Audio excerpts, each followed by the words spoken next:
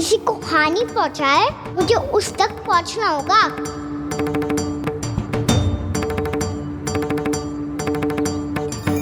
Cigarette करनी होगी मुझे।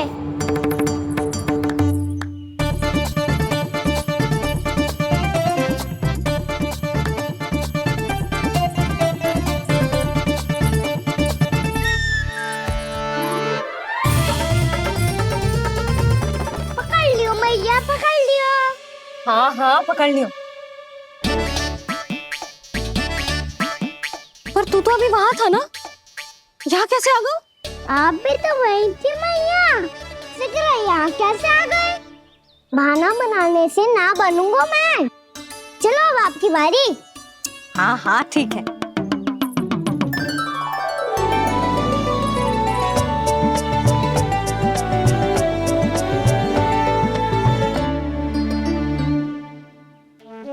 क्षमा करना मैया, पर मुझे जाना पड़ेगा।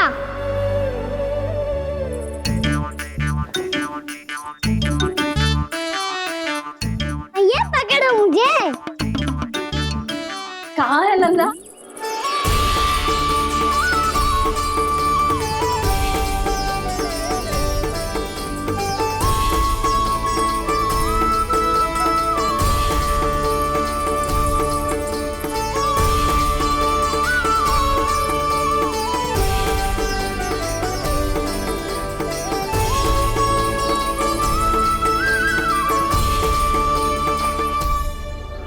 योजना सफल हो गई।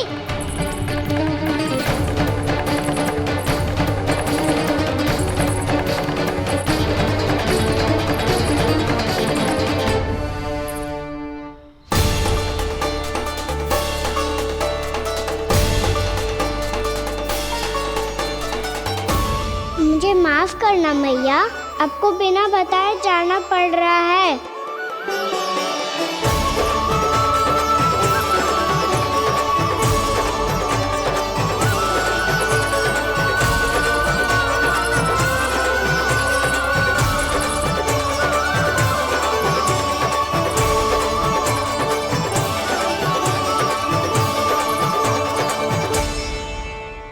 कोई खेल भी ना मिल रहा अभी तक।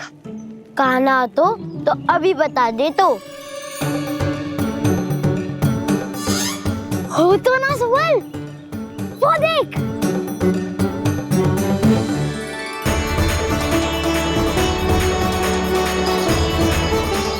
क्या कर रहा है इतनी शीघ्रता में? वन की ओर जा रहा है, वो सारे कर रहे। चले। हाँ।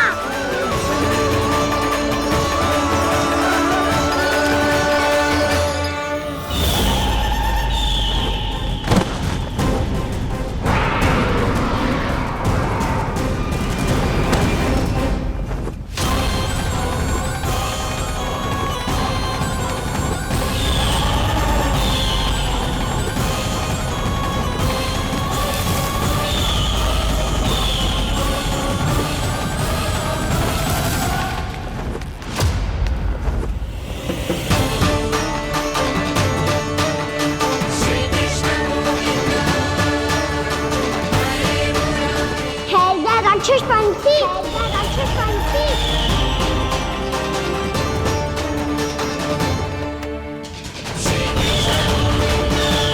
गोपालक कृष्ण हूँ मैं, नंदराज का लल्ला, वृंदावन का राजकुमार। मेरे रहते तो मेरी प्रजा को कोई हानि ना पहुंचा सकता। तू है कृष्ण? तुझ पर क्या प्रहार करूं मैं? मुझे तो लगा था विष्णु की तरह तेरे एक हाथ में चक्र होगा, दूसरे में गदा, पर तू तो नन्हा सा बालक है। कोई शक्ति नहीं है तेरे पास और ना ही है कोई अस्त्र या शस्त्र। तेरा सामना करने के लिए मुझे अस्त्र और शस्त्रों की आवश्यकता ना है राक्षस। वकासुर, वकासुर नाम है मेरा, वही वकासुर जो अपनी बहन पूतना की हत्या का प्रतिशोध लेने आया है।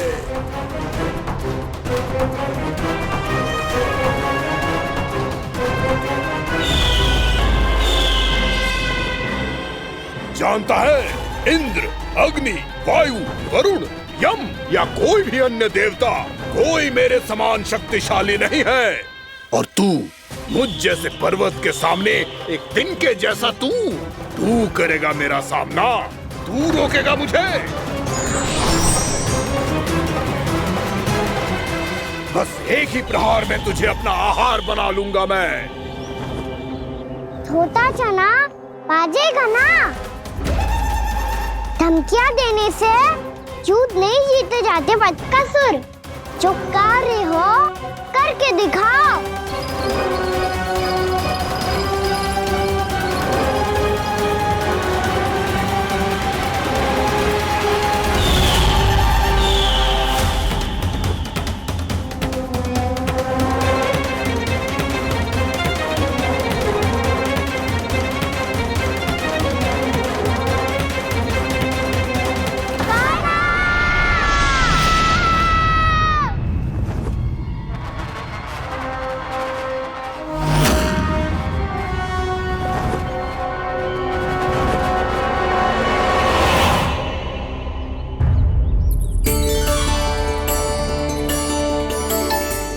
लल्ला, देख तेरी मैया थक गई है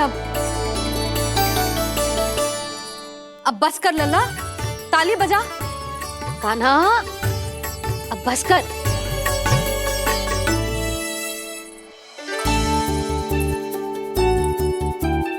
ताली बजा, ताली बजा, कोई संकेत तो दे। बता कहाँ है तू? पकड़ लिया।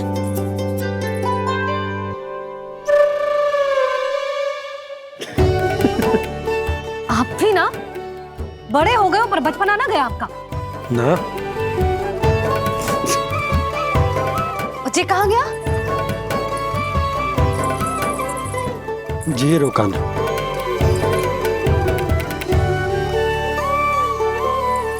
फिर से मेरे साथ छल करके भाग गए और गए हो कहाँ? नंदराज, नंदराज। भानु, वो पंछी, राक्षस पंछी, बहुत बड़ा पंछी। भानु, राक्षस, राक्षस। भानु, क्या होगा? तुम बैठो। यशोदा, जल लेकर आओ। बैठो।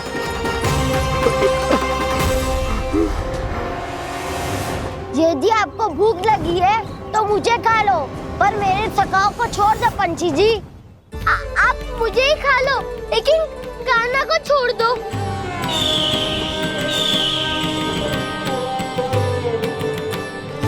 हम सबको खा लो, पर कान्हा को जीवन दान दे दो। कितनी अद्भुत है प्रभु के सखाओं की ये भावना कि सखा के प्राण को बचाने के लिए अपने प्राणों का त्याग करने को भी तत्पर हैं ये सब।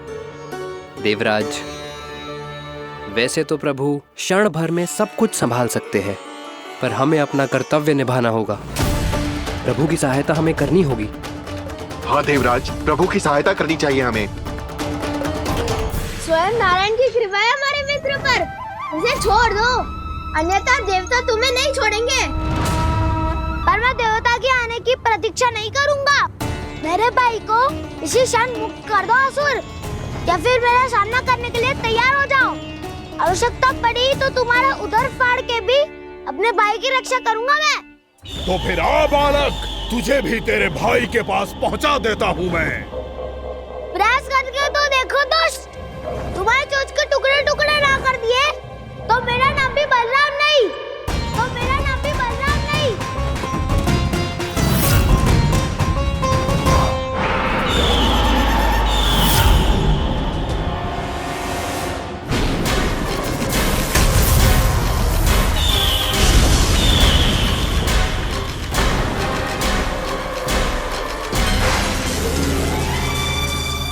तेरी प्रार्थना स्वीकार हो गई मधु। हमारे कान्हा की रक्षा करने स्वयं देवता आ गए।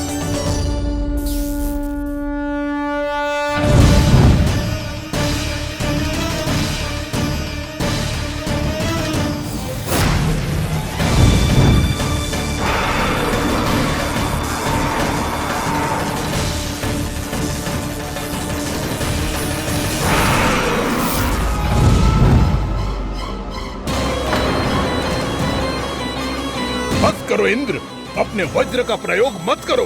तुम्हारे प्रहार से मुझे गुदगुदी हो रही है।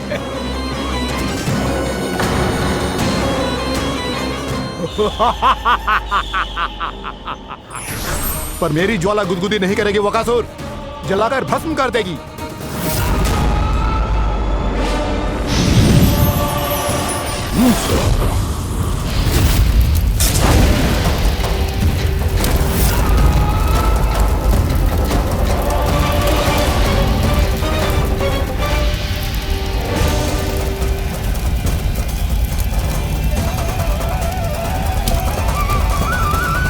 क्या बहुत बड़ो?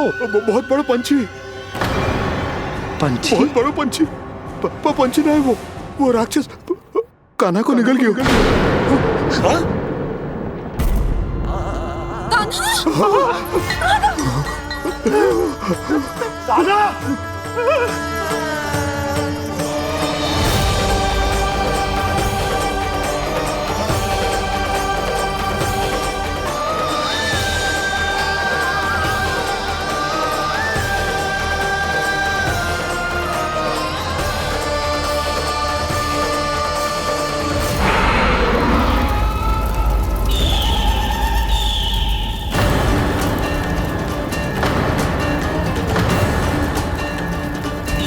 मेरे उदर की जठराग्नि भी तुम्हारी ज्वाला से अधिक तीव्र है अग्निदेव।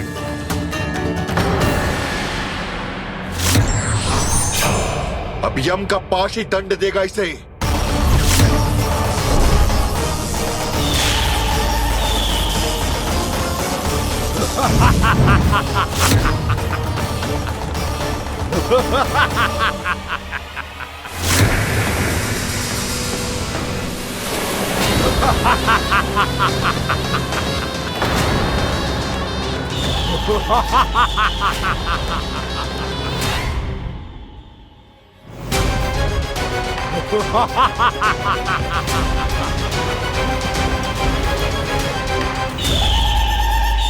गोमती मैया के नंद लाला।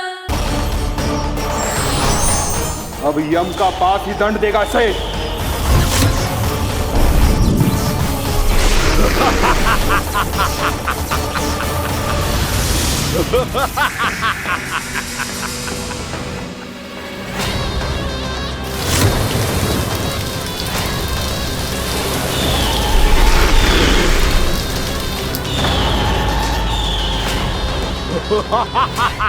तूने जल की धार को भले ही काट दिया हो दुष्ट, पर हिम में धार नहीं होती।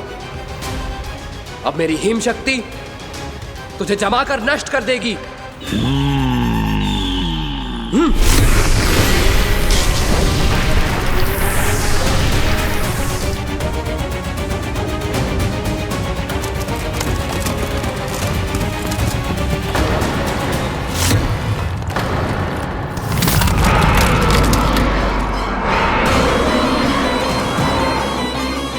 चंद्र, वरुण, यम, अग्नि, इंद्र, तुम में से कोई भी इस योग्य नहीं है कि मुझे पराजित कर पाए और इस विष्णु अवतार की रक्षा कर पाए।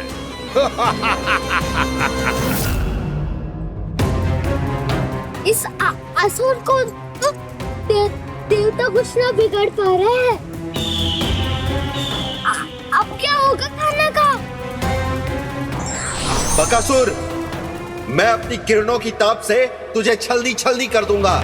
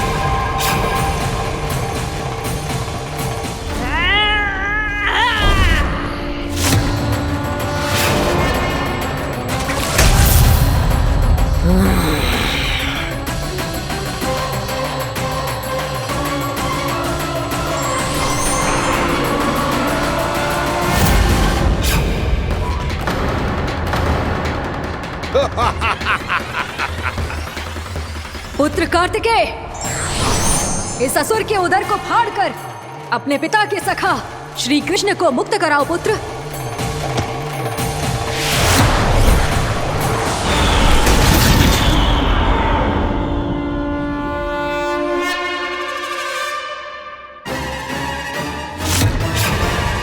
मैंने कहा था तुम में से कोई भी मेरा बाल भी बांका नहीं कर पाएगा। तुम देवताओं का तो सामर्थ्य ही क्या, स्वयं देवों के देव महादेव भी मेरा कुछ नहीं बिगाड़ पाएंगे। कृष्ण को अपने उदर में ही पचा जाऊंगा मैं।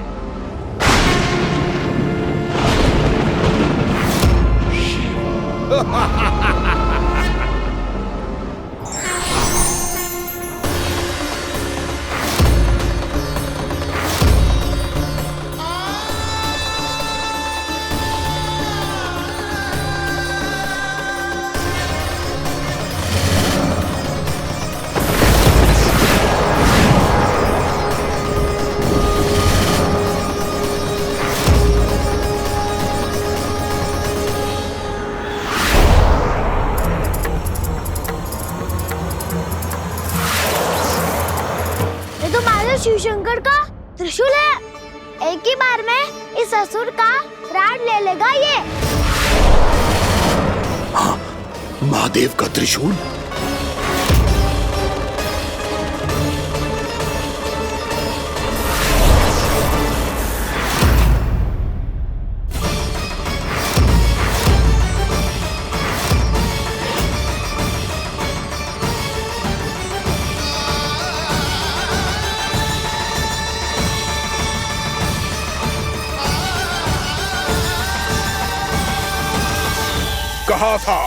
कहा था मैंने, स्वयं महादेव भी मेरा कुछ नहीं बिगाड़ सकते। अजय हूं मैं, अजय।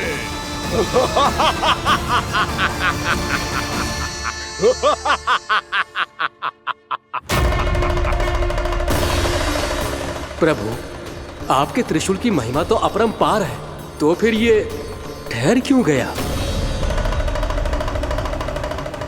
आपने अपने त्रिशूल को वापस क्यों ले लिया महादेव? इस दुष्ट का संहार क्यों नहीं किया? क्योंकि इसकी मृत्यु मेरे हाथों नहीं, मेरे सखा नारायण के अवतार श्री कृष्ण के हाथों ही होगी, और यही विधि का विधान है। पर पिताजी, श्री कृष्ण तो इस असुर के उदर में फंसे हुए हैं, हम उन्हें मुक्त कैसे कराएंगे? ये उन्हें स्वयं ही मुक्त करेगा पुत्र। श्री कृष्ण अपने अपमान से क्रोधित नहीं होते, पर अपने भक्तों का अपमान वो क्षण भर भी सहन नहीं कर पाते। वकासुर यही भूल कर रहा है, हम सबका निरंतर अपमान करके वो उन्हें क्रोध दिला रहा है। वो ये नहीं जानता कि शीघ्र ही उन्हें अपने उदर में रख पाना उसके लिए असंभव हो जाएगा।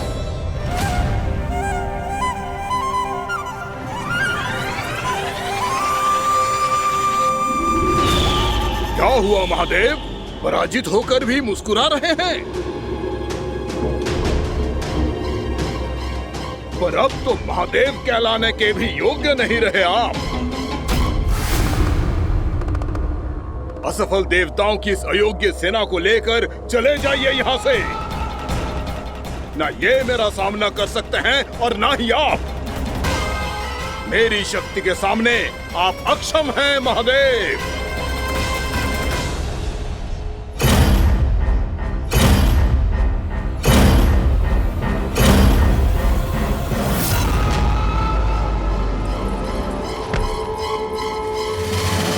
सुधा, जिस दुष्ट ने मेरे लल्ला को निगलो है ना, भीतर से जलेगो, छटपटाएगो, पीड़ा से कराएगो। जिस दुष्ट ने मेरे लल्ला को निगलो है ना, भीतर से जलेगो, छटपटाएगो, पीड़ा से कराएगो। ये क्या हो रहा है मुझे?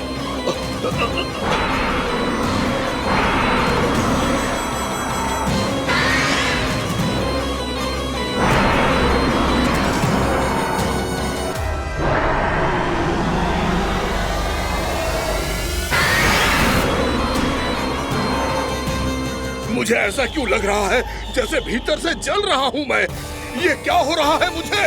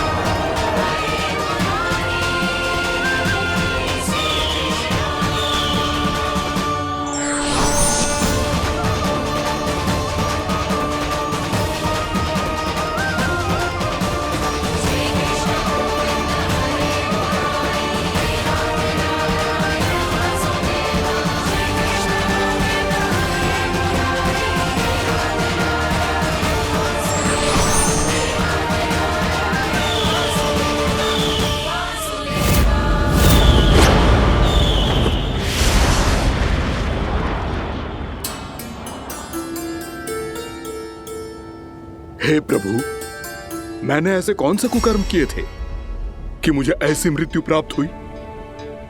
और ऐसे कौन से सुकर्म किए थे कि आपके हाथों से मुझे मोक्ष प्राप्त हुआ है प्रभु? में स्मरण करो, हे गिरीश की पुत्र वक्कासुर। स्मरण करो, कैसे अपने पिता की तरह अभिमान से भरे हुए थे तुम। स्मरण करो, कैसे हमें पराजित करने के लिए पूरी सृष्टि को संकट में डाल दिया था तुमने, और हमें विवश होकर पराजय स्वीकार करनी पड़ी थी। स्मरण करो, कैसे तुमने देवराज इंद्र का छत्र चुरा लिया था। पर यह सब भी पर्याप्त नहीं था वक्कासुर। तुम्हारे पापों का घड़ा तब भरा था जब तुमने देवी गंगा के जल में साधना करते हुए जजाली मुनि की तपस्या में व्यवधान डाला था।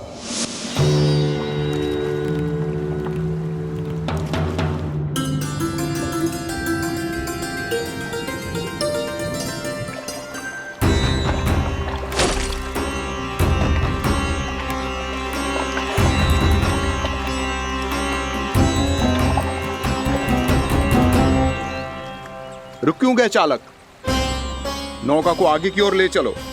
आगे बढ़ना उचित नहीं होगा महाराज। यहाँ से कुछ ही दूरी पर जालजली मुनि तपस्या कर रहे हैं। तो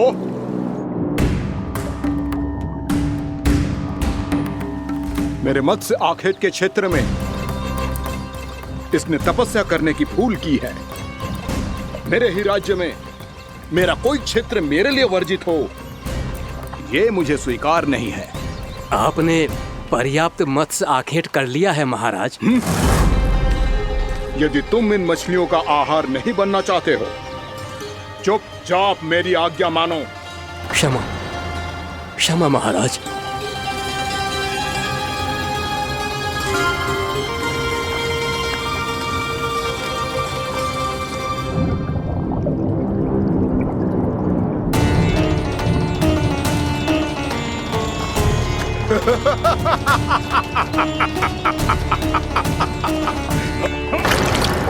मुनिवर, रक्षा कीजिए, रक्षा कीजिए मुनिवर। हमारे प्राण बचाइए मुनिवर, मुनिवर हमारे प्राण बचाइए।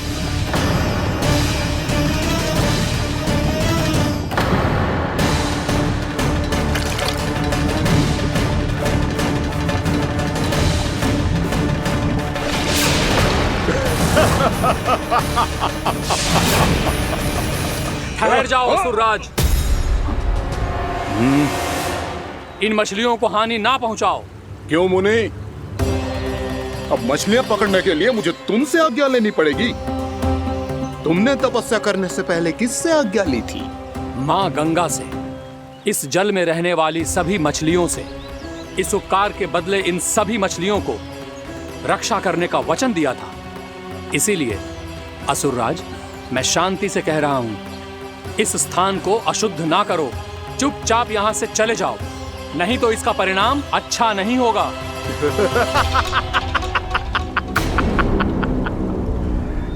तुम जिन देवताओं की तपस्या कर रहे हो ना मुनि, उन्होंने भी मेरा कुछ नहीं बिगाड़ पाया था, और तुम मुझे धमकी देने का दुस्साहस कर रहे हो।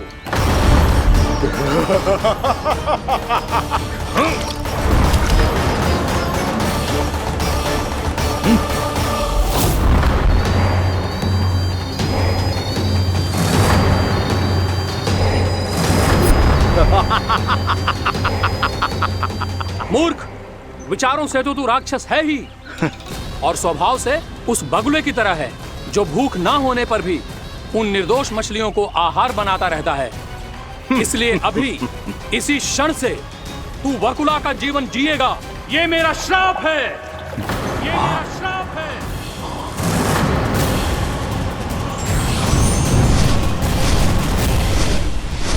श्राप पाने के बाद तुम्हें आभास हुआ कि तुमने कितना बड़ा अपराध किया था, और तब तुम जजाली मुनि से क्षमा याचना करने लगे। तुम्हारे अपराध बोध को जानकर मुनि श्रेष्ठ शांत हुए और उन्होंने तुम्हें वरदान दिया। श्राप से मुक्ति का एक ही मार्ग होता है असुर, पश्चाताप।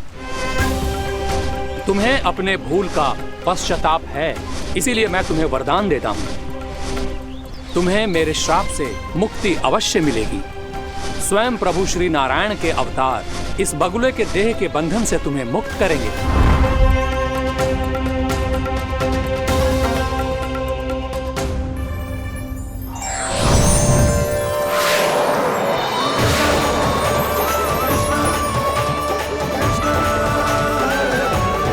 प्रणाम स्वीकार करें प्रभु।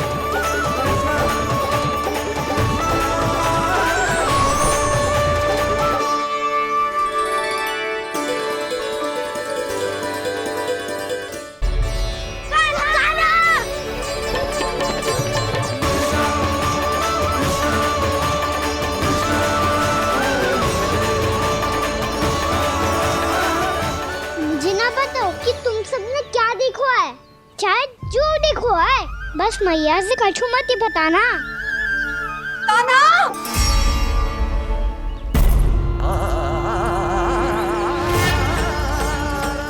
कान्हा! मेरा लल्ला!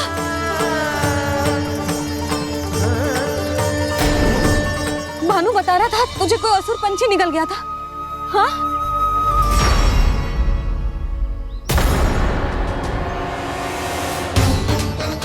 हे नारायण, ये क्या है?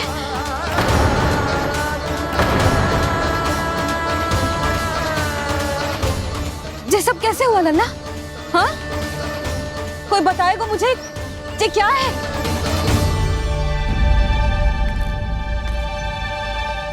श्रीधामा, मधुमंगल, चिची को सब कुछ बता दो। ये असुर पक्षी मुझे निगलने वाला था रानी भाभी, तभी अंतिम क्षण में कान्हा ने आके मुझे बचा लियो। और ये असुर पक्षी ने कही कि यह है वृंदावन का राजकुमार, नंदराज का लल्ला। इसके होते कोई भी वृंदावन वासियों को हानि ना पहुंचा सकते।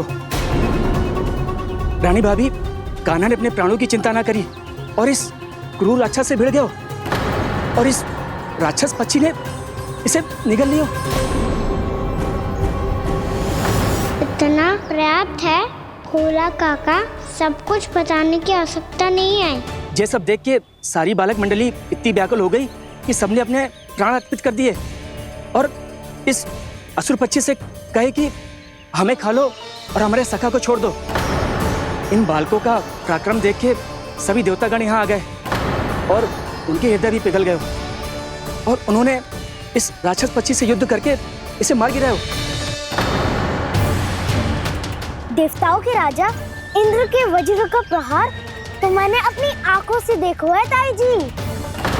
और फिर उसके बाद अग्निदेव ने अग्निवस्त्र का प्रहार किया।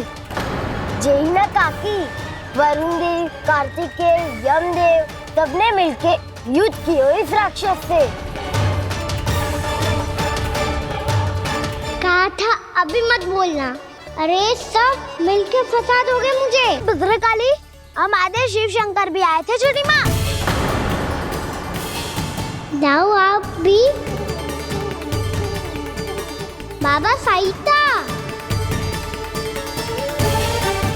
मुझे लगता है कि ये कान्हा भी इन्हीं देवताओं में से एक है। संभव तो है जीजी। स्मरण है पूतना और तृणावर्त के आक्रमण के समय भी ऐसा ही हुआ था। सभी राक्षस मारे गए थे पर अपने कान्हा को एक खरोच तक न आई थी।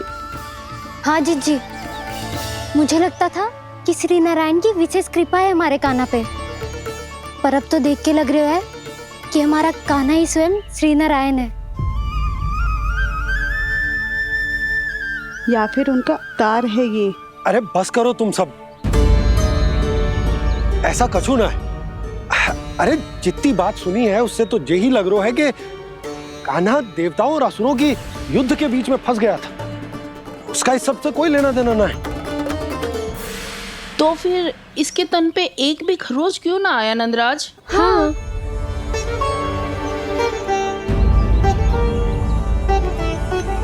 है काकी, खरच तो है। दिखा लल्ला। भैया बात पीड़ा आ रही है, कुछ करो ना। जी गोपियां भी ना अति करती है। श्री नारायण का अवतार हो तो इतनी तनिक सी खरोच पे ऐसे रो तो क्या? बस बहुत होगा। अब तो तुम सबने सीमा ही पार कर दी है। कभी से श्री नारायण बुलाते हो, कभी श्री नारायण का अवतार। तनिक कछु हो ना जाता है कि तुम सब कहानियां बुनने लगती हो। जे बस साधारण सा बालक है, मेरा लल्ला है जे, इसे भगवान मत ही बनाओ।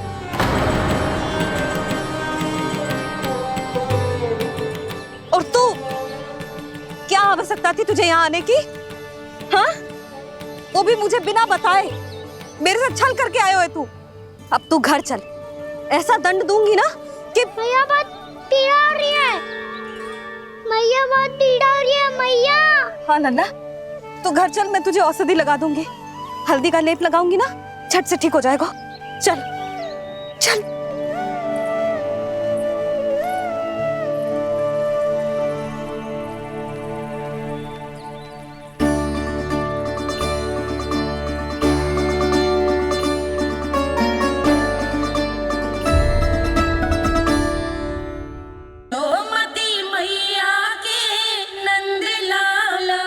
बहुत पीड़ा हो रही है मैया। हाँ नन्ना, तू घर चल, मैं तुझे औषधि लगा दूंगी। हल्दी का लेप लगाऊंगी ना, झट से ठीक हो जाएगा। चल चल।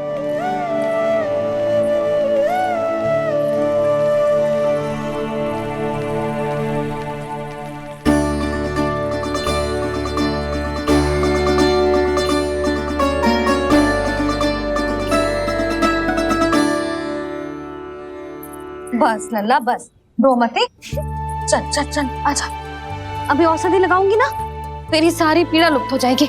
आजा आजा, बैठ जा लल्ला।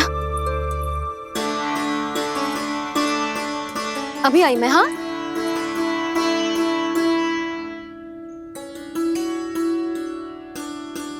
मैया। अरे तो अभी तक रो रो है? क्या कह रही थी सारी गोपियां? बता।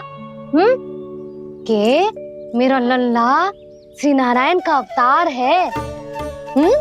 दिव्य है, भगवान है। और जब भगवान इतनी छोटी सी चोट पे रोते हैं क्या?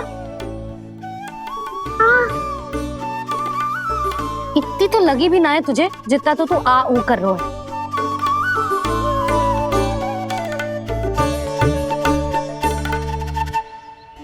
आओ ना, करूंगो। आप ऐसा दुलार थोड़ी करोगी। ओहो, वृंदावन का गौपालक जे इतनी छोटी सी चोट पे रोता है ना? गोप बालकों का मुखिया इतनी छोटी सी चोट पे रोता है? मेरा लल्ला तो सबसे शक्तिशाली है। जे इतनी छोटी सी चोट तो क्या बड़े बड़े राक्षसों से भी ना घबराता है। हाँ, एक बार में सबको समाप्त कर देता है कि ना? हाँ मैया, यदि कोई राक्षस वृंदावन की ओर टेढ़ी दृष्टि करके आएगा तो सबसे पहले कान्हा को सुरक्षा में खड़ा पाएगा, फिर चाहे जो बाल बन के आए या बगुला बन के।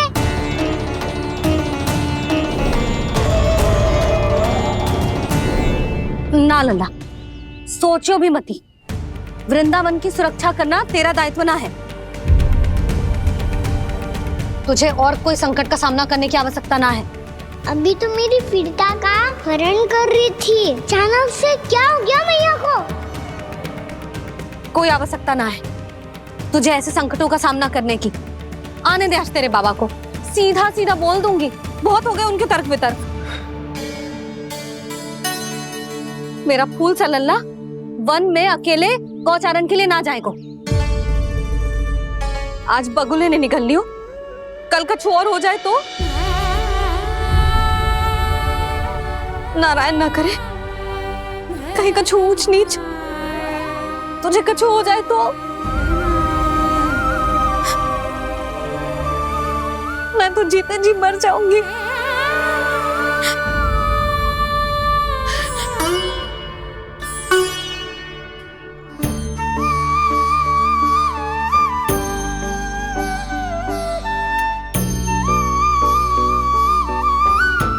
वीर लल्ला की वीर मैया इतनी से बात तो रोती है क्या? क्या करूं कान्हा, तुझे ऐसे बार बार संकट के मुंह में जाते हुए ना देख सकती मैं। तो फिर मैया मैं वचन देता हूँ, आज के बाद मैं गौचारण के लिए तभी जाऊंगा जब आप आज्ञा दोगी। पक्का? छल ना करेगा ना मेरे साथ? मैंने कब छल करो मैया? अच्छा ठीक है, ना करूँगा छल। यदि आपसे पूछे बिना बाहर निकलो तो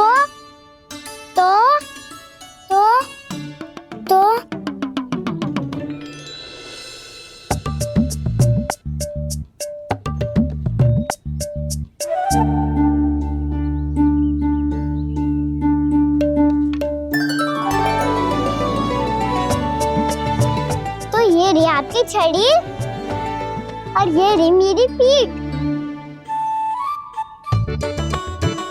ठीक देना था पर तोड़।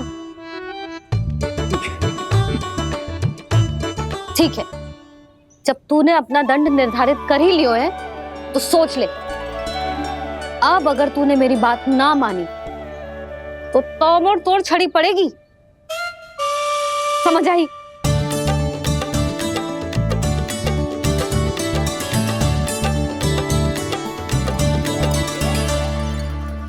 अच्छा ही है कि कान्हा कुछ दिन घर ही रहे। आज वन में जो हुआ है अवश्य कंस ने ही करवाए हुए वो सब।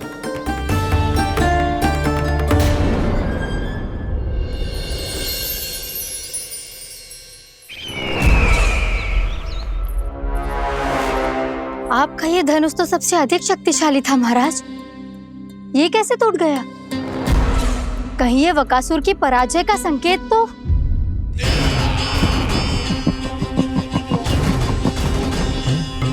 प्राप्ति, लगता है तुम्हें शुभ समाचार मिला नहीं।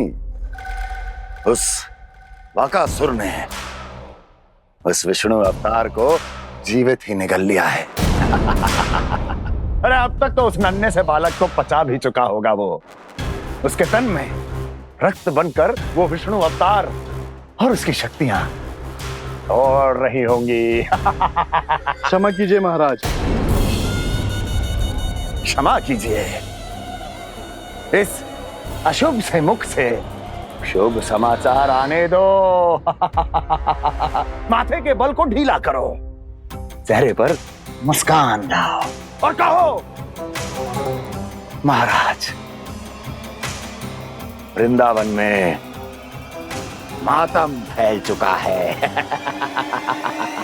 मैं ऐसा ही करता महाराज, यदि सूचना सत्य होती तो।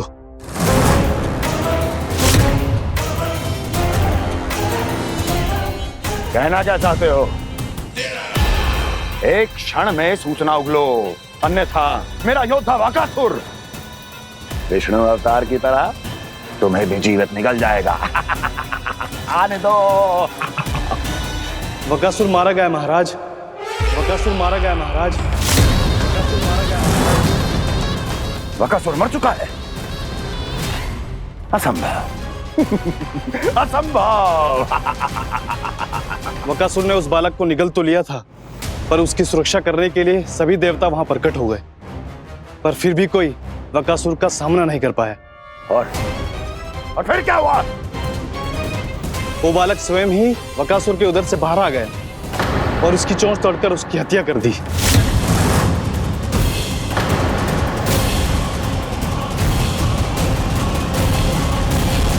वन में बकासुर की चोंच टूट गई और यहाँ आपका ये धनुष।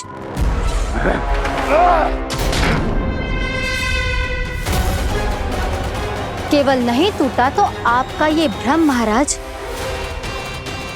क्षमा कीजिएगा महाराज, आपका भ्रम टूटना आवश्यक है। आवश्यक है आपको यह आभास होना कि उस विष्णु अवतार को पराजित करने के लिए आपके साधारण योद्धाओं में वो सामर्थ्य नहीं है। अच्छा सर, उतना तृणावर्त, बकासुर, ये सब साधारण नहीं थे प्राप्ति, साधारण नहीं थे। फिर तो ये और भी अधिक चिंता का विषय है महाराज, क्योंकि इसका अर्थ तो यही हुआ कि वो विष्णु अवतार कुछ अधिक ही असाधारण है और उसका सामना करने के लिए और उसे मिट्टी में मिलाने के लिए आपको एक ऐसे अस्त्र की आवश्यकता है जो उसके सामने ना झुके और ना ही टूटे।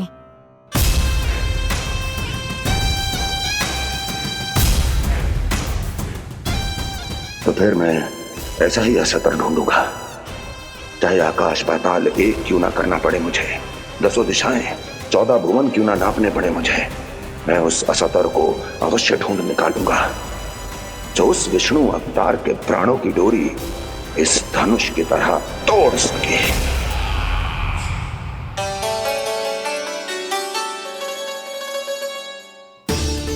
थैंक्स पापा, मैंने मैया को वचन दिया है कि जब तक नहीं चाहेंगी मैं वन नहीं जाऊंगा, इसलिए आप मुझे मारने के लिए कोई शक्तिशाली असुर ढूंढने में व्यस्त रहो।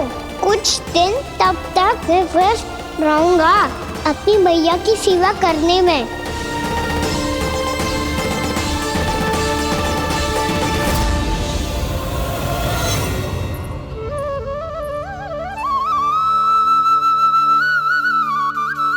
लो मैया, तुलसी जी को चढ़ाने के लिए जल।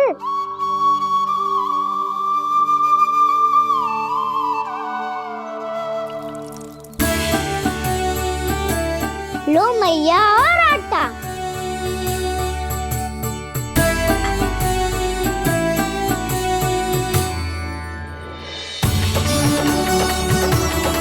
लो मैया, बेलन।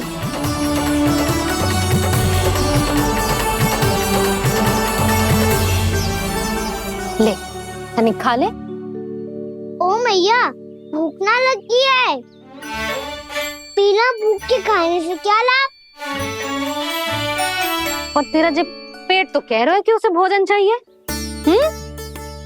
और लाभ कैसे ना लल्ला? भोजन का लाभ है ना, तन को पोषण मिलेगो, स्वास्थ्य बनेगो, जो तेरी भुजाओं में शक्ति आ जाएगी ताऊ के जैसी, ताऊ से भी अधिक। तेरे जे केस भी लंबे हो जाएंगे। सच्ची मैया? सच्ची। माप के देख लियो नित्य दिन। तनी खा।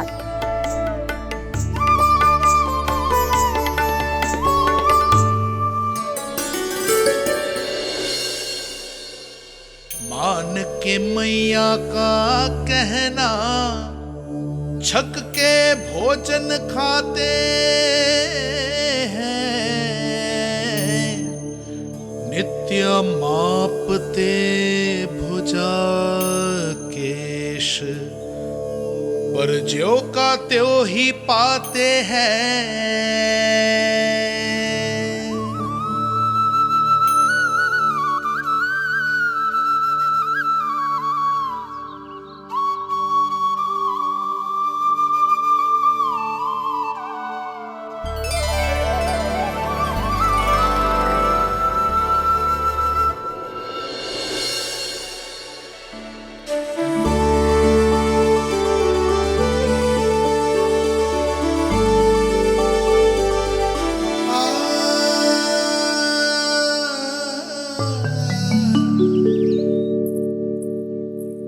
ले लल्ला, फल खा ले।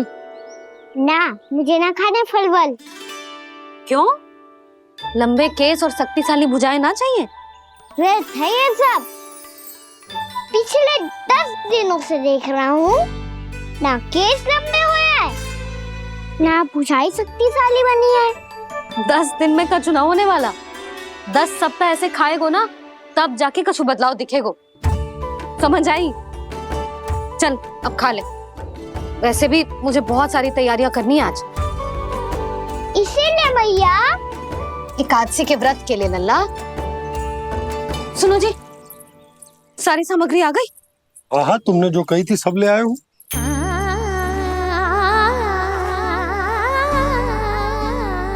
इसमें नारियल तो है ही ना, उसके बिना मैं एकादशी की पूजा कैसे करूंगी? यशोदा, मैंने भोला से कह दिया, वो लेकर आते ही होगो। घबराओ मत। कैसे ना घबराओ जी, आपको पता है ना एकादशी का व्रत मेरे लिए कितना महत्वपूर्ण है। पतो है।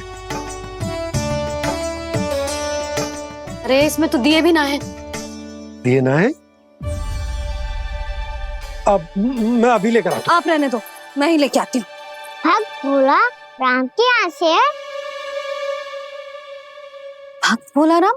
मेरा अर्थ है कुमार भोला यहाँ के यहाँ से। हाँ हाँ, वो ही।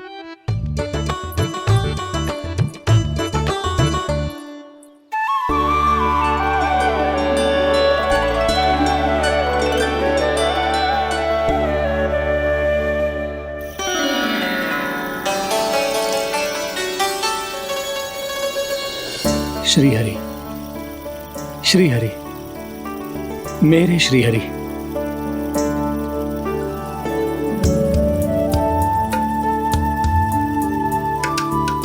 मेरे श्री हरि।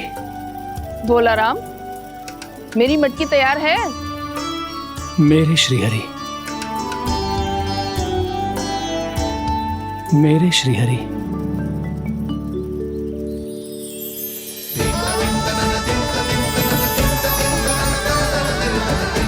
भोला राम,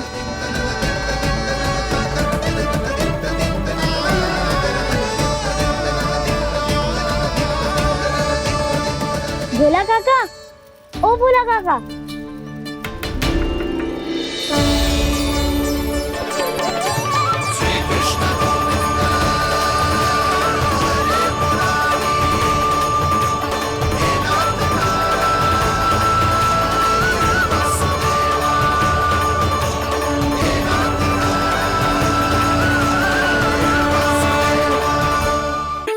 श्री हरि प्रसन्न हो गए।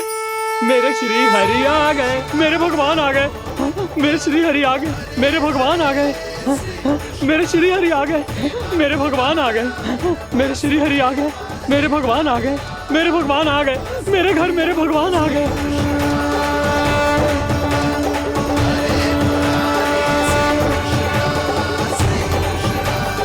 मेरे घर आ गए, मेरे श्री हरि आ गए। हाँ, मेरे श्री हरि आ गए। जे तो बावले थे ही, अब बालकन को भी साथ में मिला लिए।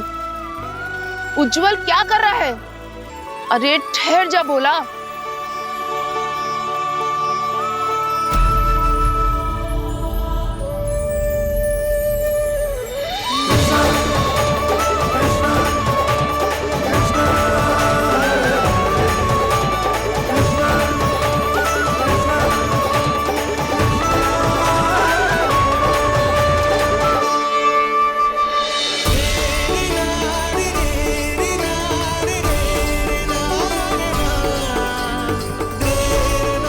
प्रेम से बुलाओ, आएंगे हरि भी।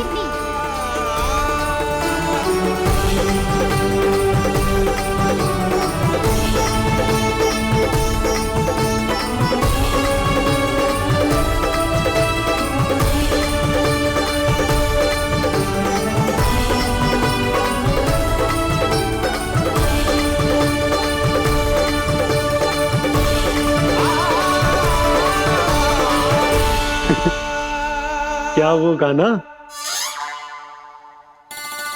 किसकी धुन में झूम रहा तू? निर्मल निशा भक्ति की धुन में।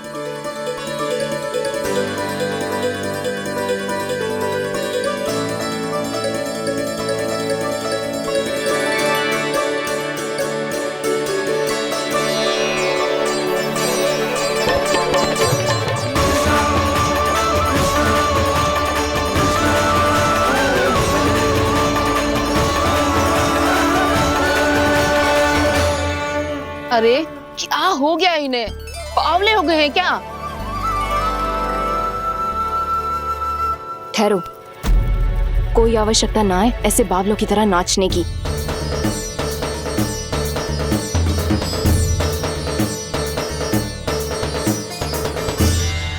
बावले ना है मौसी, भक्ति में रम गए। बस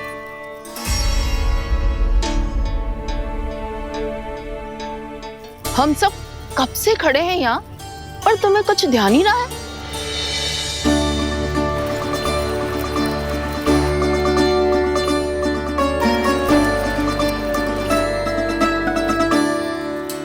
नाच गाने में ऐसे मगन हुए कि हमें देखा भी ना। मुझे नाचते हुए देख मेरे श्री हरि को इतना आनंद आ रहा था कि मैं अपने आप को रोक नहीं सका।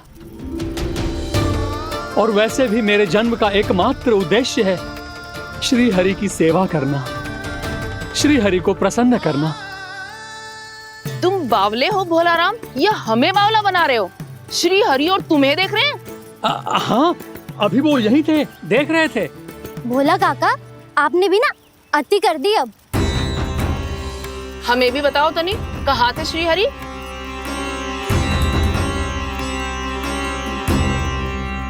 ना जाने अपना उपहास करवाने में क्या आनंद आता है इन्हें।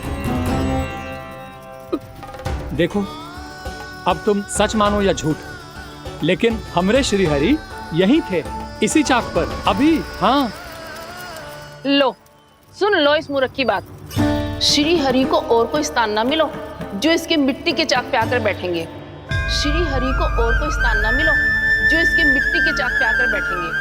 श्री हरि को और कोई स्थान ना मिलो जो इसके मिट्टी के चाक पे आकर बैठेंगे। जैसी मैया भैंसो ही लल्ला, दोनों का कुछ पता ही ना चलतो, कब किस बात पर प्रसन्न हो जाए और किस बात पर रुष्ट। अरे मैं भला असत्य क्यों बोलूंगा? अभी अभी यही थे श्री हरि। हाँ,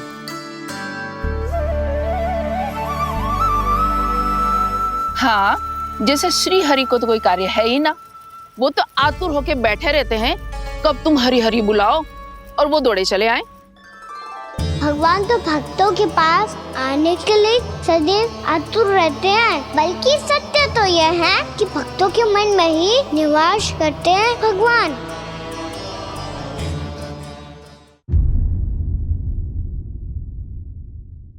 यशोमती मैया के नंद लाला।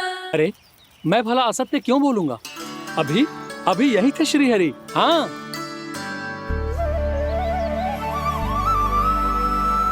हाँ, जैसे श्री हरि को तो कोई कार्य है ही ना, वो तो आतुर होके बैठे रहते हैं कब तुम हरि हरि बुलाओ और वो दौड़े चले आए। भगवान तो भक्तों के पास आने के लिए सदैव आतुर रहते हैं, बल्कि सत्य तो यह है कि भक्तों के मन में ही निवास करते हैं भगवान।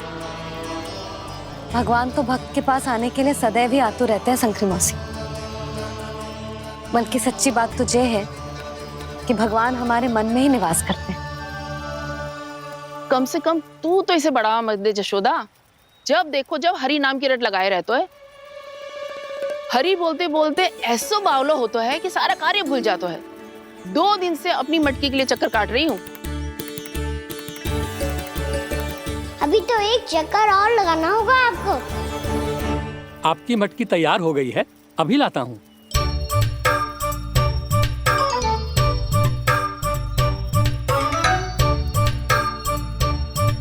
लो जी मटकी।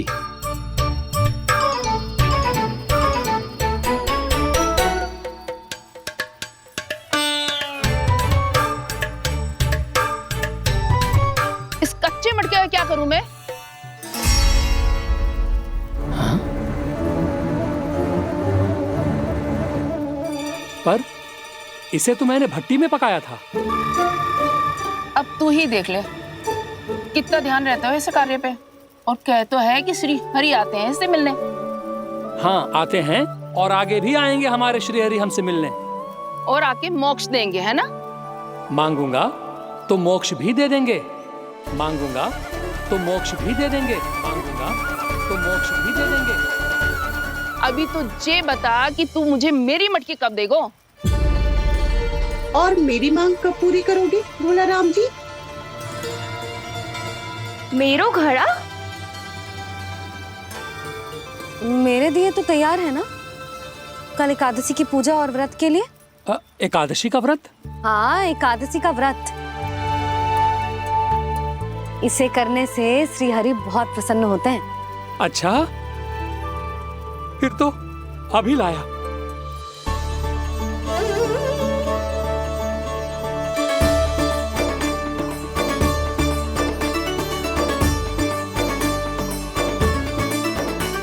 लो जी, आपके दिए।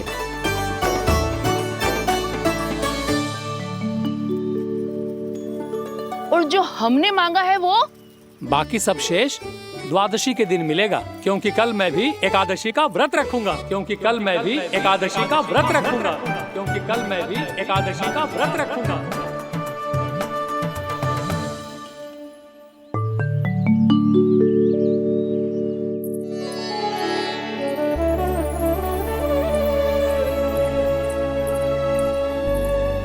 जानकी, फूलों का प्रबंध हुआ कि ना? हाँ भाभी, जे रे। सदैव विलंब कराती है। पर भाभी इस बार तो फूल समय से ही लाई थी। क्या हुआ जशोदा? अभी तो पूजा की तैयारी ना हुई? देखो ना मौसी, ये जानकी ना कुछ छूट ही जाता है इसके कारण। एकादशी की पूजा और व्रत आते ही जसोदा भाभी इतनी वग्र हो जाती है। ऐसो क्या होगा इस पूजा में?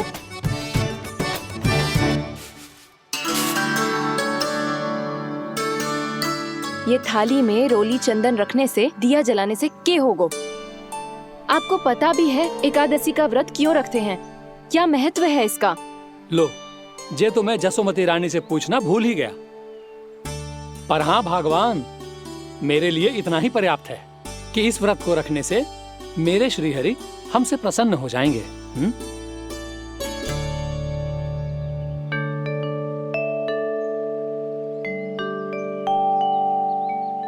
नारायण ही जाने ऐसे कैसे पूजा करते हैं जे श्री हरि की एक मूर्ति तक ना है इनके पास।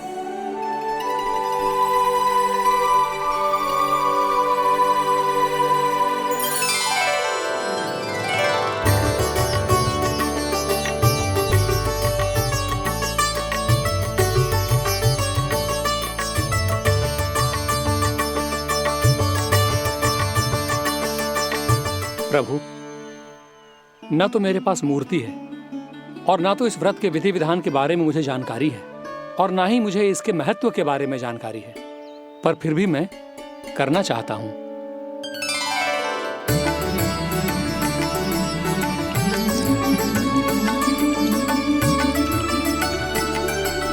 इसीलिए मैं दृढ़ संकल्प लेता हूं,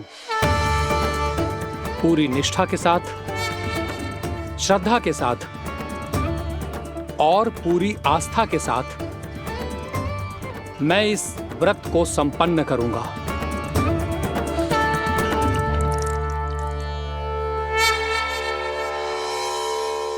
हम संकल्प लेते हैं कि एकादशी के व्रत को पूरी निष्ठा के साथ संपन्न करेंगे।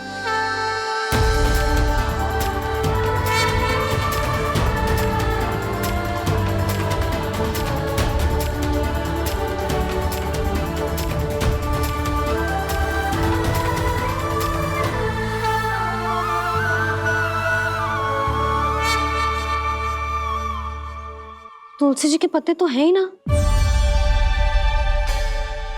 श्री नारायण को तुलसी जी के पत्ते के बिना भोग ना चढ़तो है।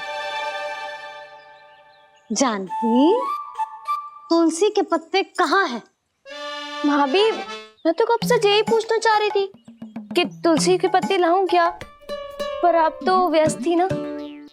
तुझे कितनी बार समझाओ है ना, यदि तेरे कछु करने से किसी और की कोई हानि ना हो रही हो या किसी के अच्छे कार्य में सहायता हो रही हो तो मुझसे आज्ञा लेने की आवश्यकता ना है। समझ गई भाभी, आगे से जाना उनको।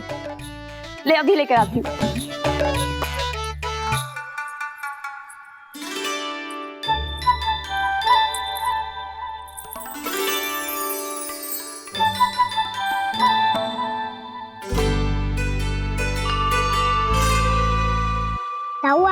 लिए व्रत करो है? आपको इसका महत्व पता है? भाभी चलो। जानकी, तुमने ये व्रत करो है? फिर तुमको इसका महत्व पता है? सुमति जी, आपको पता है इसका महत्व? कान्हा, क्यों तंग कर रहे हो सबको? मैया, सबने करो ये व्रत, मुझे भी करना है।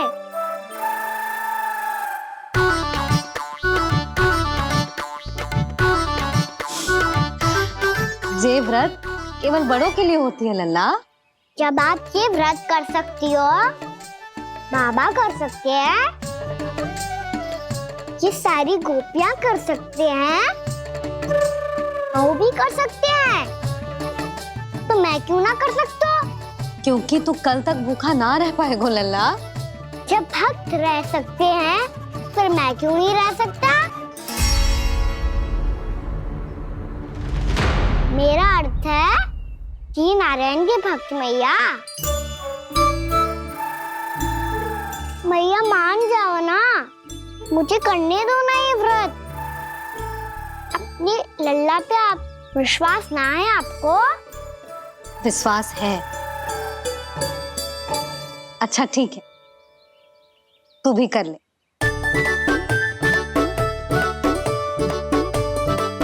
पर मैया, व्रत की कथा तो सुनाओ, मैं तो अबध हूँ ना। मुझे कैसा पता चलेगा कि ये व्रत करते क्यों हैं?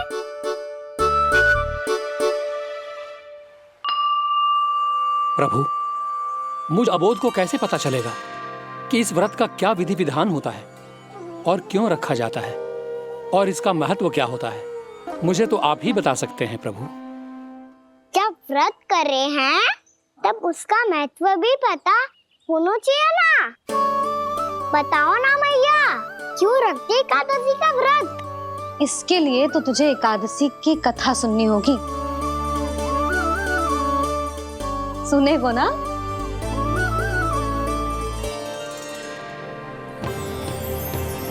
वसुदेव सुतं देवं कंसचाणूरमर्दनम् श्रीहरि, यशोदा परमानंदम् कृष्णं वन्दे जगद्गुरुम्। वाह प्रभु, अपने भक्तों को एकादशी व्रत का महत्व समझाने का अच्छा उपाय खोज निकाला है आपने।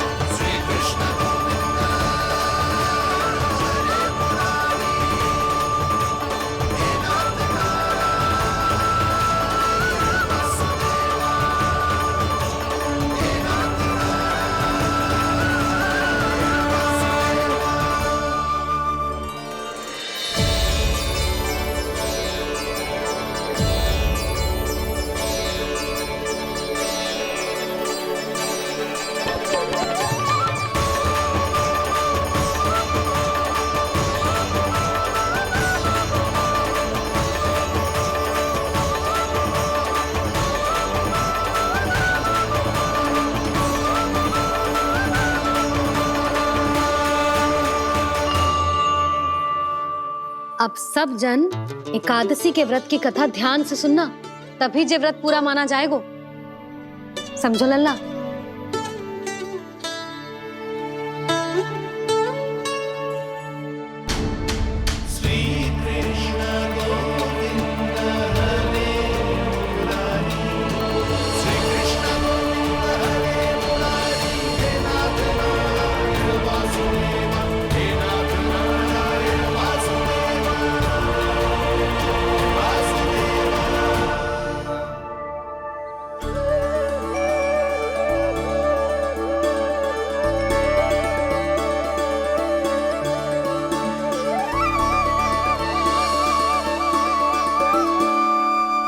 सत्ययुग में चंद्रावती नाम के नगर में मूरा नाम का एक असुर राज्य करता था। ओम ब्रह्मदेवाय नमः। ओम ब्रह्मदेवाय नमः। ओम ब्रह्मदेवाय नमः। ओम ब्रह्मदेवाय नमः।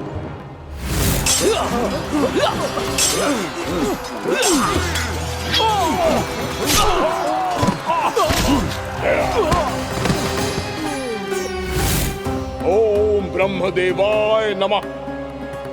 ओम ब्रह्मदेवाय नमः। जब उसने देवताओं के हाथों असुरों की पराजय देखी, तब वो वरदान पाने के उद्देश्य से ब्रह्मा जी की तपस्या करने चला गया।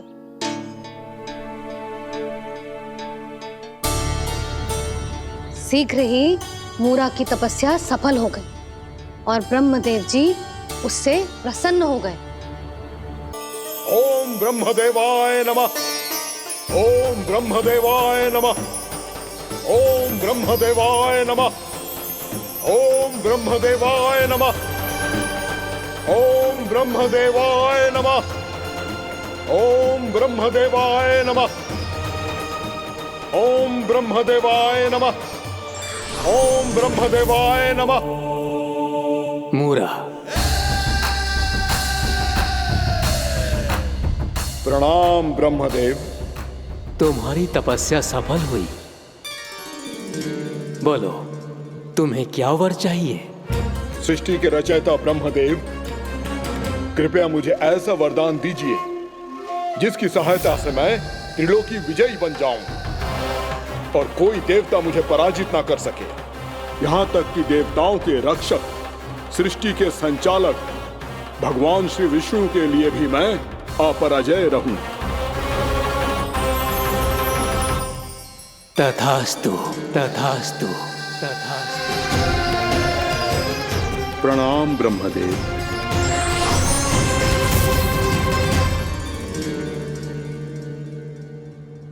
ऐसा वरदान पाकर मूरा बहुत अभिमानी होगा।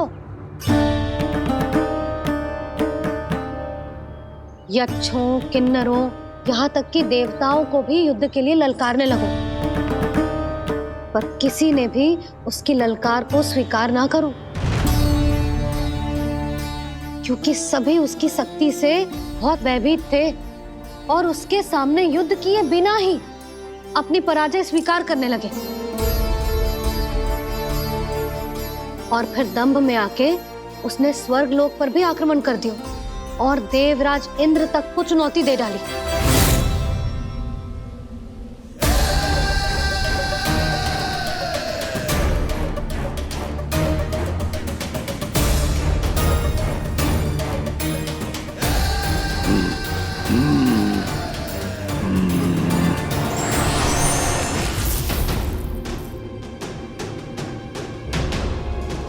मैं प्रतीक्षा कर रहा हूं देवराज, क्या उत्तर है तुम्हारा?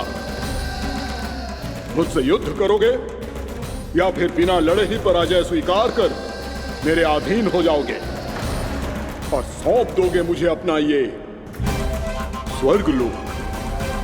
सारी शक्ति तुम्हारे मुख में है या कुछ बाहुबल भी है तुम्हारे पास? मैं तुम्हारी चुनौती स्वीकार करता हूं मूरा, मैं तुम्हारी चुनौती स्वीकार करता हूं मूरा।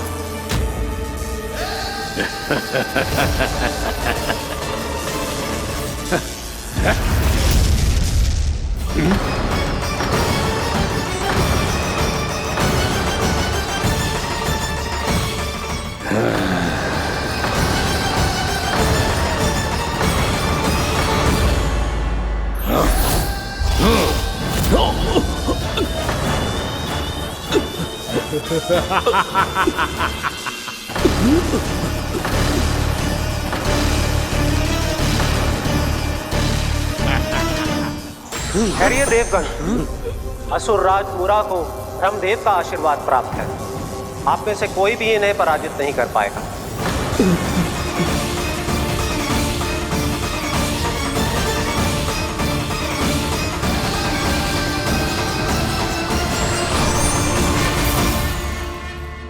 एक अवसर और देता हूं देवराज। युद्ध या अधीनता, क्या उत्तर है तुम्हारा देवराज?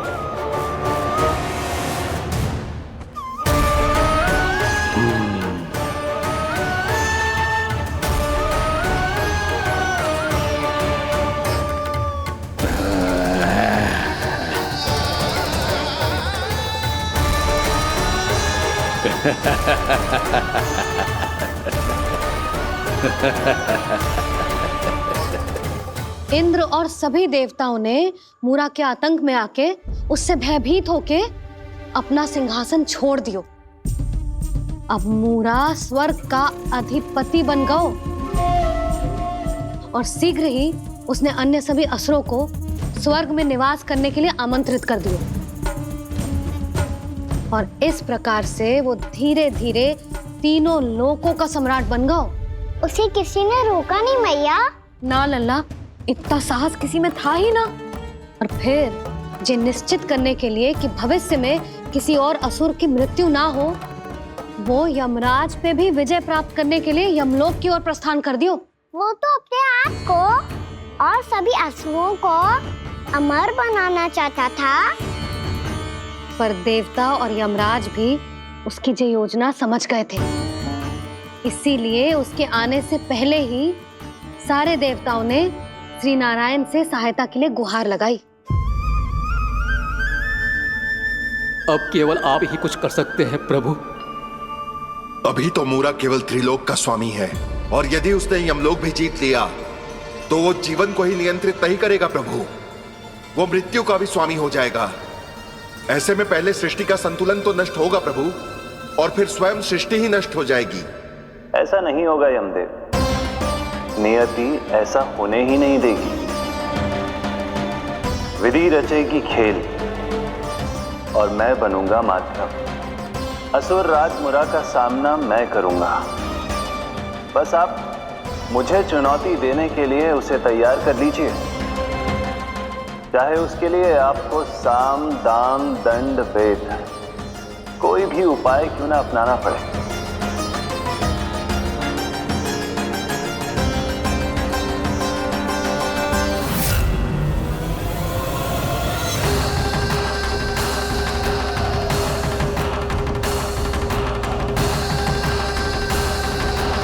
आप तो मेरी प्रतीक्षा में पहले से ही खड़े हैं यमदेव। तब तो आपने मेरी चुनौती के बारे में भी सुना ही होगा। कहिए, क्या उत्तर है आपका? मेरा स्वागत करके अपना राज्य त्यागेंगे या मेरा सामना करके अपने प्राण? असुर राज मुरा का सामना मैं करूंगा। बस आप मुझे चुनौती देने के लिए उसे तैयार कर लीजिए, चाहे उसके लिए आपको साम दाम दंड भेद कोई भी उपाय क्यों ना अपनाना पड़े।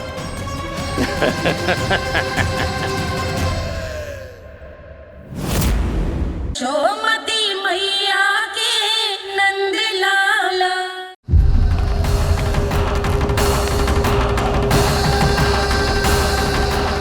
आप तो मेरी प्रतीक्षा में पहले से ही खड़े हैं यमदेव। तब तो आपने मेरी चुनौती के बारे में भी सुना ही होगा। कहिए, क्या उत्तर है आपका? मेरा स्वागत करके अपना राज्य त्यागेंगे या मेरा सामना करके अपने प्राण?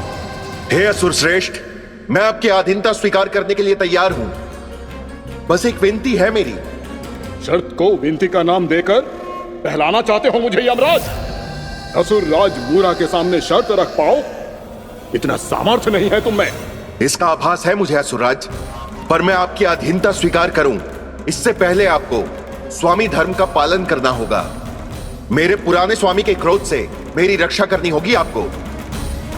कौन है तुम्हारा पुराना स्वामी? भगवान श्री नारायण। और छोटी माँ मूरासुर को तो श्री नारायण से भी रक्षा का वरदान प्राप्त था ना? यही तो श्री नारायण की लीला थी बलराम। पर वो राक्षस अपने दम में जे समझ ही ना पाओ कि वो क्या भूल करने जा रहे हैं। अब पहुंच गो भगवान श्री नारायण को चुनौती देने के लिए।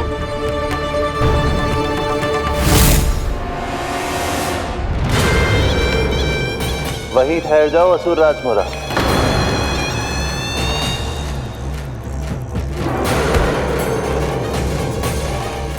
यहाँ क्यों आए? आपको पराजित करने और ये वैकुंठ जीतने, ताकि मैं यमलोक का स्वामी बन सकूं। फिर आओ युद्ध भूमि में मेरा सामना करो।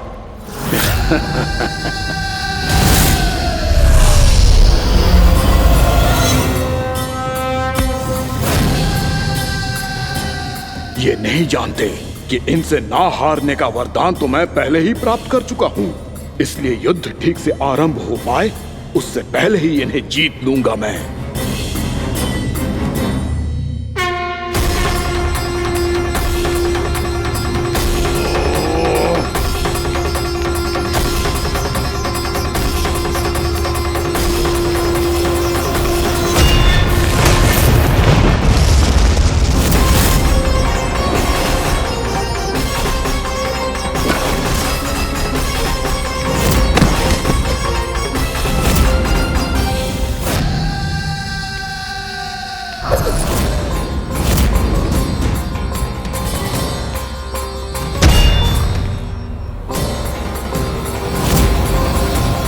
और इस प्रकार जे युद्ध वर्षों वर्षों तक चलता रहो।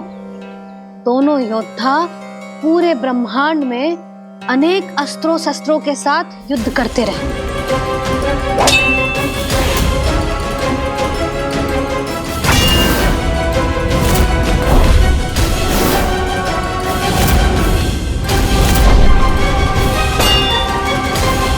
फिर क्या हुआ मैया?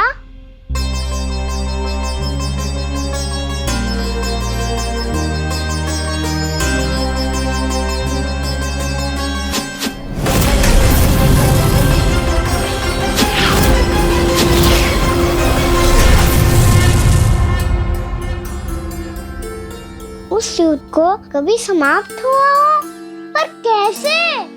शीघ्र ही वो राक्षस थक गो लल्ला।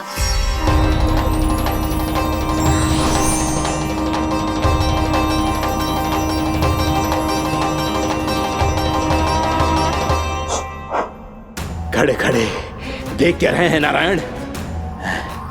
आक्रमण कीजिए, वध कर दीजिए मेरा।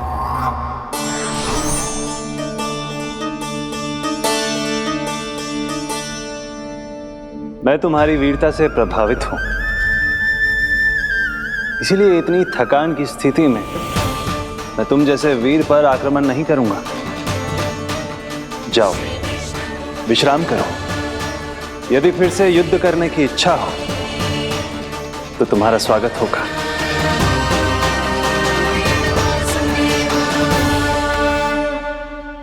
जे कह के श्री नारायण बद्रिका आश्रम चले गए और वहां हिमवत नाम की एक कंदरा में ध्यान लगा के बैठ गए। उधर वो राक्षस विश्राम करने लगो। अनेकों दिन बीत गए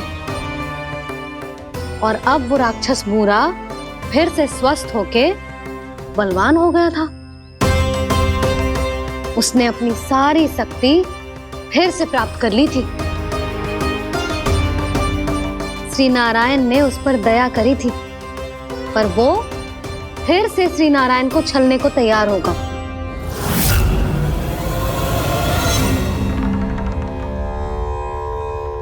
ध्यान में बैठे बैठे श्री नारायण योग निद्रा में चले गए, पर दुष्ट मूरा इसी अवसर का लाभ उठा के उनकी कंदरा में घुस आयो, ताकि वो सोते हुए श्री नारायण पे आक्रमण कर सके।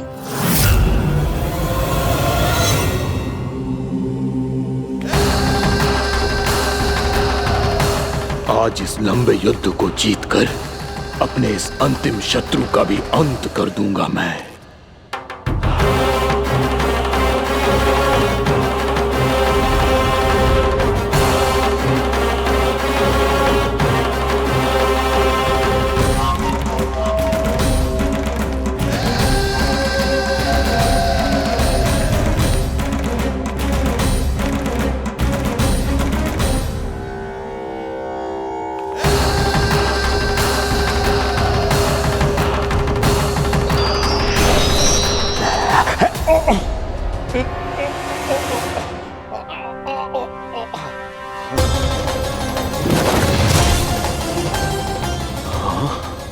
दुष्ट राक्षस, प्रभु ने तुझ पर दया की, तुझे संभलने का अवसर दिया। तू इन्हीं पर ही छल से वार करने चला है।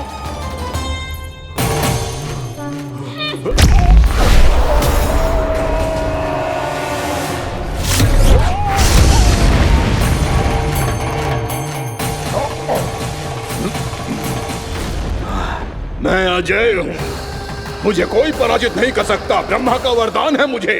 तूने नारायण से अपराजय होने का वरदान मांगा था मूर्ख, उनकी शक्ति से नहीं। ध्यान से देख, मैं तेरी मृत्यु हूँ, मृत्यु।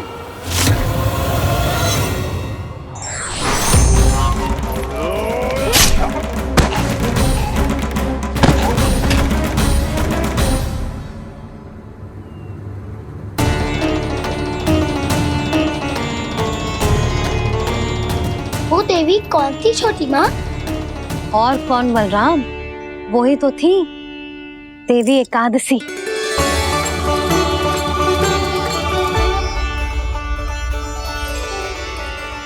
मुझे क्षमा कीजिए प्रभु, आपकी आज्ञा के बिना ही युद्ध करके आपके शत्रु को मृत्यु के घाट उतार दिया। क्षमा नहीं, आपकी तो प्रशंसा होनी चाहिए देवी। असुर राज को मारकर आपने सभी देवताओं को मुक्त करवाया है। इस पापी के अहंकार से तीनों लोकों की रक्षा की है आपने।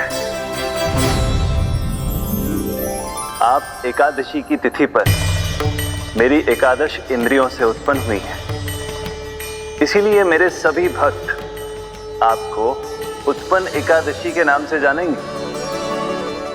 सभी तिथियों में आपका स्थान सर्वश्रेष्ठ होगा।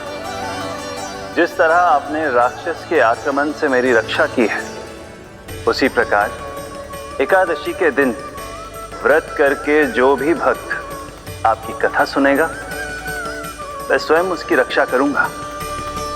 जो आपकी पूजा करेगा उसे मेरी विशेष कृपा प्राप्त होगी और उसके साथ साथ उसे मिलेगा धन, सिद्धि और मोक्ष।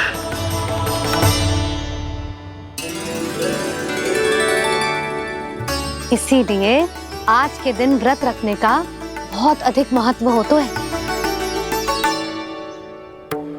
बोलो एकादशी मैया की जय। बोलो श्री नारायण भगवान की जय।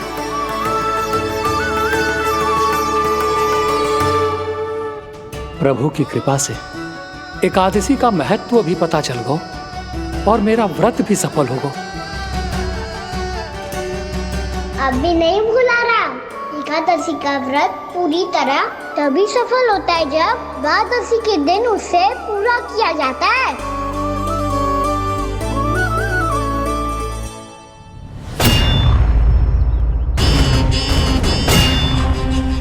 आवश्यक है आपको यह आभास होना कि उस विष्णु अवतार को पराजित करने के लिए आपके साधारण योद्धाओं में वो सामर्थ्य नहीं है। वो विष्णु अवतार कुछ अधिक ही असाधारण है।